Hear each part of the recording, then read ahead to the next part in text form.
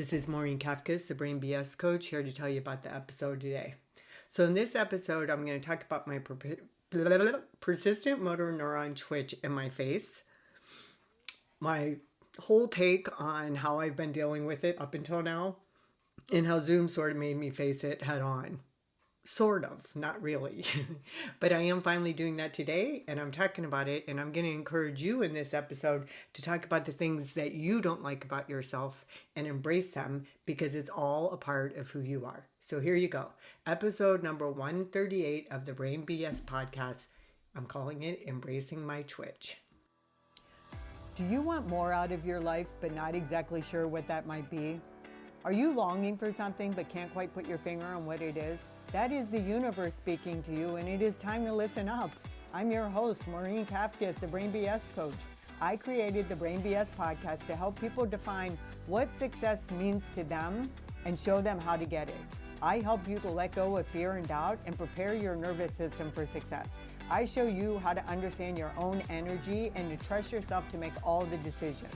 If you are ready to go inward and stop looking outside yourself for all the answers, this is the podcast for you. Now let's get started.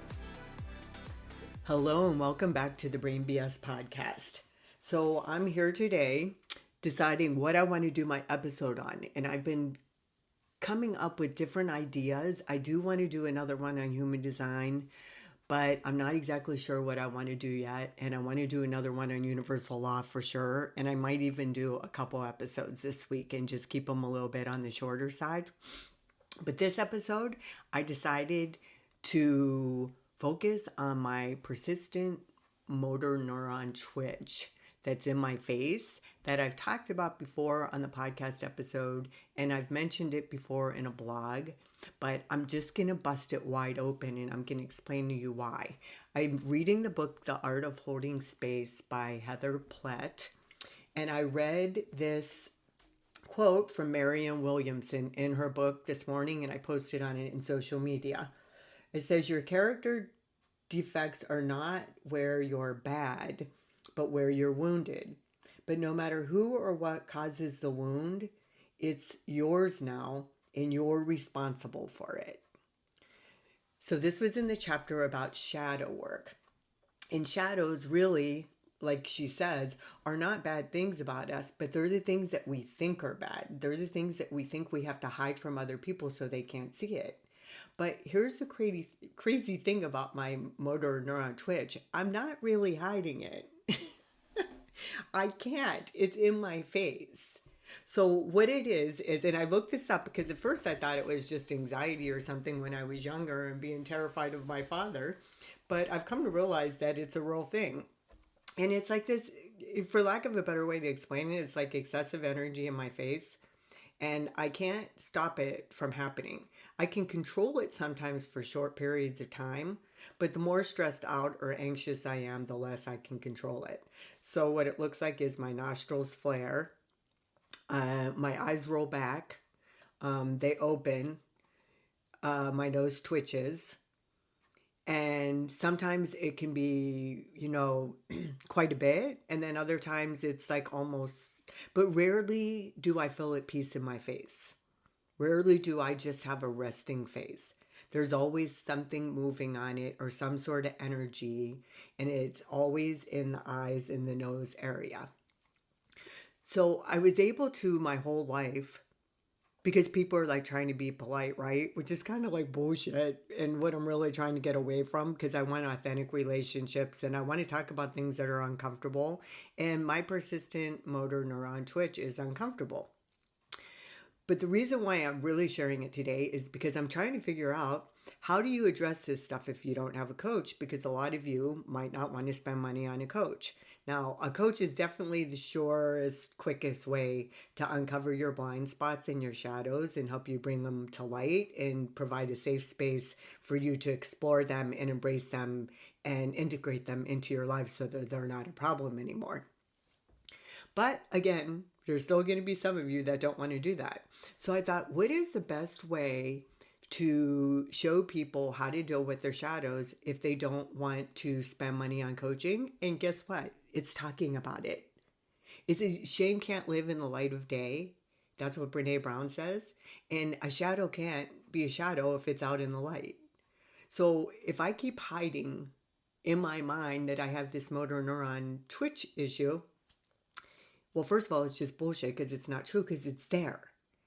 And just because people aren't acknowledging it or talking about it to my face doesn't mean it's not there.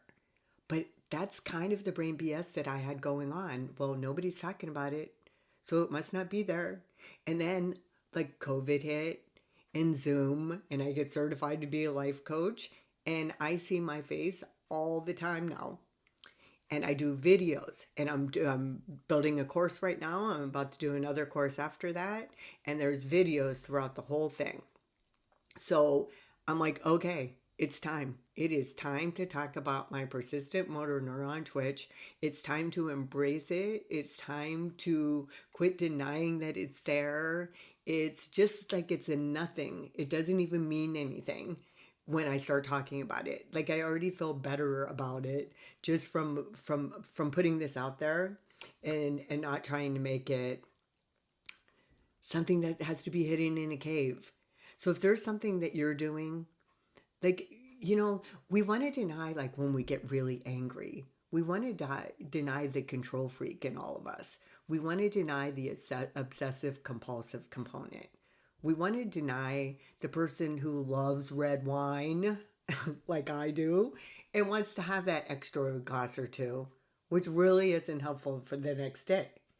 But we can't continue to deny things if we want to change and we want to improve and we want to get better habits. We have to acknowledge and be okay with who we are in the moment and meet ourselves where we are. Then from that place, we can try to acquire new habits that are different. Now, but in the case of my persistent motor neuron twitch, I'm open to the possibility because I know there's so much out there. Open to the possibility that there might be some way to improve it. Maybe I can get rid of it. I got rid of my low back pain after having it for decades. And now I am pain free in my lower back, which is crazy. I didn't think that was ever going to be possible for me, let alone that it would happen when I got closer to 60 when it was so bad in my 40s. But guess what else was so bad in my 40s? My people pleasing, my inability to speak up, and my inability to make myself a priority, comparing and despairing with everybody else on the planet, and thinking that what people thought of me was so, so, so important. It's not, and I don't do any of that stuff anymore. And my body is a testament to that. But I am noticing this past week that my twitch is kind of acting up. And it feels a little bit more tight in my nose area than it usually does. And then a little bit of anxiety in my chest. So I'm like, okay, why am I feeling anxious? What's going on here? And sometimes trying to label it really isn't helpful because I've tried multiple times to label it. And Eckhart Tolle says confusion is when you try to know the answer to something before it's time. I don't think it's time, but I think it is time for me to start acknowledging that it's there. And it typically revolves around family time. And that's not to say my family is a problem because they're not, but it's triggers from growing up, I think, that are coming up when I'm starting to get anxious when I'm in a family setting. It's not really anything that's going on now or that anybody's doing anything wrong or unkind or unloving because my family's awesome and I love them. It's bringing up something from the past. It's trauma related. There have been times in my life where the twitch in my eyes and my nose has been so bad. When I first moved back home to Youngstown, Ohio after living away, and I moved in with a boyfriend who really basically didn't want me there. He was trying to want me there, but he didn't want me there. I don't think I've ever been so stressed or so anxious in my entire life being back in Youngstown, Ohio, living in that apartment with him and working in a video warehouse for Farmore drugstore. My soul was screaming at me that there were so many things that were not right here, so many things that were not working, but I just didn't have the ability to understand myself then the way I do now. I have very loving parents, but nobody suggested that I go get any psychiatric care or I get any psychological care or I get some kind of therapy. I, threw up through all my finals when I was in college. I had gastroenteritis on a regular basis, visits to the ER. So my soul has always wanted to be a better person. It's innate in me. It's always been there. And the problem is my nervous system hasn't really been able to support it. But I would do things anyway because I would go with my mind and I would go with what it's going to give me and what the results are going to be. And I'll just suck it up and I'll figure it out and I'll get through it. But I'm not doing that anymore. And that's why I'm trying to figure out, because my twitch has been my twitch forever, but it's acting up again this past week. And I'm like, why? Well, what's going on? So I'm trying to see my blind spots. So I'm hoping coming on here and talking about it and maybe doing a meditation this afternoon on it and tapping on it, that I'm gonna, ask the universe, like what needs to be revealed to me so that I can let this go or I can deal with this or I can process it. And maybe it's just, I don't know. That's so when you try to force things before it's time, again, confusion. I'm not feeling confusion though, because I have the awareness that I'm not supposed to know yet. But anyway, so that's what I wanted to talk to you about today. My persistent motor neuron twitch. The fact that nobody talks about it. Although my friend Mark did. I talked about Mark and Vicky on the podcast before, and Mark did mention it and told me he loved it. And I'm like, all right, we're not talking about my motor neuron twitch. Which, if Vicky's listening or Mark, we're not going to start talking about it all the time, but we can acknowledge that it's there. And I am acknowledging it. And it's been with me my entire life. And it drove my dad crazy when I was little. He would just be like, quit twitching, quit blinking. And he would just get so annoyed with me because I think I made him so uncomfortable because I was reflecting back to him his own anxiety that he was trying not to be aware of. But, so, I'm not sure exactly where I've gone throughout this whole episode because I'm kind of just speaking from the heart. I'm going to listen back. And if you hear it and you hear me saying this, I just did a one and done unedited version of the podcast this week. And I'm calling it my persistent motor neuron twitch or something like that. I don't know, maybe something a little more engaging. But anyway, if there's something about you that you think is really bad, if you can, find somebody to tell about it. You don't have to get on a podcast like me or post it on social media to the whole world, but tell somebody who matters to you or tell somebody who doesn't matter to you. Just get it out of you and let somebody else hear it. Start bringing light to the things that you think are so awful about you, because I promise you, all of us humans are more alike than we are different. And there's nothing that you can say that you're experiencing that somebody else isn't experiencing. And I don't care how crazy and far out it is there. I guarantee you are not the only person experiencing it.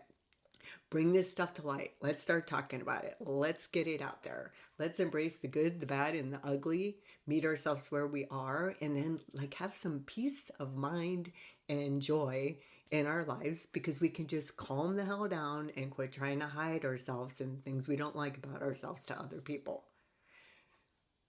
Audience, I know you learned something valuable here today. I'll see you next episode. Thanks for being here and learning about Brain BS. I hope you enjoyed listening to the episode as much as I enjoyed creating it for you. If you did, please take a little time to do a quick review, give me 5 stars, and share it with everyone you know. If you're actually interested in being on the podcast yourself or have questions about it, you can find me in the Brain BS podcast community on Facebook. See you next time.